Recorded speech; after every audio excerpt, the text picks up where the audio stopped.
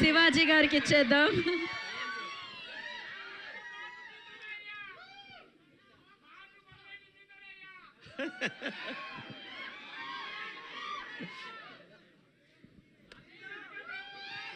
అందరికీ నమస్కారం అండి. పాత్రికేయ సోదరులకు, మీడియా మిత్రులందరికీ కూడా పేరు పేరున నమస్కారాలు. ఈ సినిమా ఎలా ఉంటుందంటే, మనం కేఎఫ్సి సెంటర్కి వెళ్ళి మంచి చికెన్ బకెట్ తీసుకొని వెళ్ళి కూర్చుంటే ఎట్లా ఉంటుందో వేడి వేడిగా తింటా ఆ మజాని ఎంజాయ్ చేస్తా, అలా ఉంటుంది ఈ కేఎఫ్సి నుంచి వచ్చే సినిమా. ఇదైతే పక్క. అక్కడ చూడండి, ఆయన అసలు పెట్టారు కోనా ఫిలిం కార్పొరేషన్, కేఎఫ్సి. ఏ మాత్రం ఆ బ్రాండ్కి తగ్గదు. ఇది చాలా మంచి లవ్ స్టోరీ అండి. ఇది నాకు కథ తెలుసు. మనల్ని ఒక పాత్రకి అడిగారు, ఏ పాత్ర అయి ఉండొచ్చు, రొటీన్గా ఉంటుందని నేను మా వాడితో అన్నా, వద్దురా ఇది దీంట్లో కాదులే, మనం వేరే దాంట్లో చేద్దాం. పైగా మా శ్రీదేవి తను ఎంత గొప్ప ఆర్టిస్ట్ అంటే, మీరు అమ్మాయి రీల్స్ ఏమైనా చూసారా? ఓరి బాబో ఏం ఎక్స్ప్రెషన్స్. నాకు కోర్టు సినిమా చేసేంత వరకు ఎవరి పిల్ల ఏదో ఓకే ఎర్రగా బుర్రగా ఉంది, బాగుంది, తీసుకున్నారు హీరోయిన్ అనుకున్నా. ఆ సినిమా అయిపోయినాక 6 నెలలకి తనకు ఒక రీల్ పెట్టానమాట శ్రీదేవికి. ఏటమ్మా ఇదే అని అన్నా.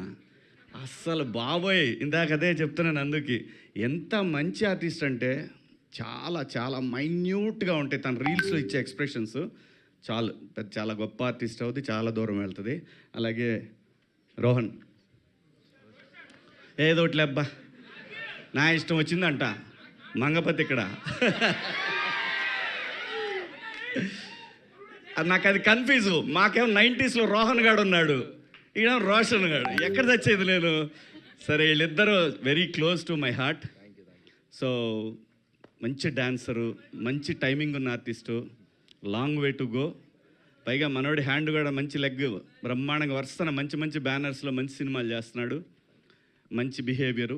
సో ఇది చాలా ఇంపార్టెంట్ అప్కమింగ్ ఆర్టిస్టులకి. సో ఇవన్నీ పుష్కలంగా ఉన్నాయి మా వాళ్ళు.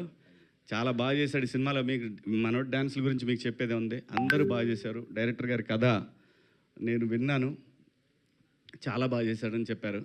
సో కోనా గారి ఆ గొడుగు కింద వీళ్ళందరూ కూడా చాలా సేఫ్ జోన్లో ఈ సినిమా నుంచి నెక్స్ట్ లెవెల్కి వెళ్ళబోతా ఉన్నారు వీళ్ళందరూ.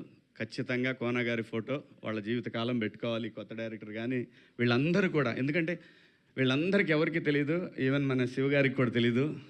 కోనా గారు ప్రొడ్యూసర్గా చేసిన సినిమాకి ఆ సినిమాకి చేసిన ట్రైలర్కి నేను అసిస్టెంట్ అనమాట అక్కడ ఆ స్టూడియోలో, ఎడిటింగ్ డిపార్ట్మెంట్లో, రాజ్భవన్ రోడ్లో. తోకలేని పెట్ట ఇది. ఆయన ప్రొడ్యూసరు, నేను అప్పుడు ఎడిటర్గా పనిచేస్తున్నాను. సో ఆ సినిమాకి ఒక సీనియర్ ఎడిటర్ ఉన్నాడు, ఆయన దగ్గర నేను ఆ టైంలో నేను అసిస్టెంట్గా పనిచేస్తున్నానండి. అక్కడ పరిచయం నాకు, అక్కడ తెలుసు, నేను పరిచయం లేదు ఆయనకి, ఆయన నాకు తెలుసు. కోనా గారు ఏదైనా టైం రావాలి. నేను చాలాసార్లు అనుకునేవాడిని, ఎందుకంటే అసలు ఆయన రాసిన కామెడీ స్క్రిప్ట్లు ఎవ్వరూ రాయాల. ఈవీవి గారి తర్వాత అంత స్థాయిలో కోనా గారు ఆయన స్క్రిప్ట్లు అంత అద్భుతం. కానీ ఎప్పుడు బాధపడేవాడిని, ఎందుకు రావు మనకి, వీళ్ళ దగ్గర నుంచి ఎందుకు క్యారెక్టర్లు రావు అని ఫీల్ అయ్యేవాడిని నేను. ఏదైనా టైం రావాలి రబ్బాయి, దేనికైనా లైఫ్లో దేనికైనా టైం రావాలి. టైం వచ్చినప్పుడు అన్నీ అవే సెట్ అవుతాయి, కాకపోతే అప్పుడు మనం రెడీగా ఉండాలి.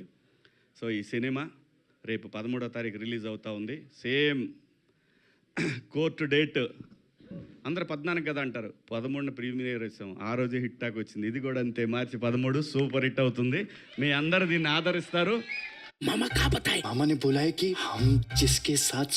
సూపర్ హిట్ అవుతుంది, మీ అందరూ దీన్ని ఆదరిస్తారు. అలాగే అసలు తను టచ్ చేస్తేనే ఒక వైబ్రేషన్ వస్తుంది. తమన్ గారు నాకు చాలా చాలా చాలా చాలా సంవత్సరాల క్రితం తను కష్టపడే రోజుల దగ్గర నుంచి నాకు తెలుసు. నందమూరి తమన్ కావచ్చు, కొణిదెల తమన్ కావచ్చు, తెలుగోళ్ళ తమన్, అది చాలా బాగుంది కదా. జై తమన్. సో అందరికీ కూడా పేరు పేరున ఇక్కడికి వచ్చేసిన మీ అందరికీ కూడా thank you so much. Thank you Kona గారు పిలిచినందుకు. థ్యాంక్ యూ మీడియా మిత్రులకు అందరికి కూడా థ్యాంక్స్. కలుద్దాం, తొందరలో కలుద్దాం. Thank you.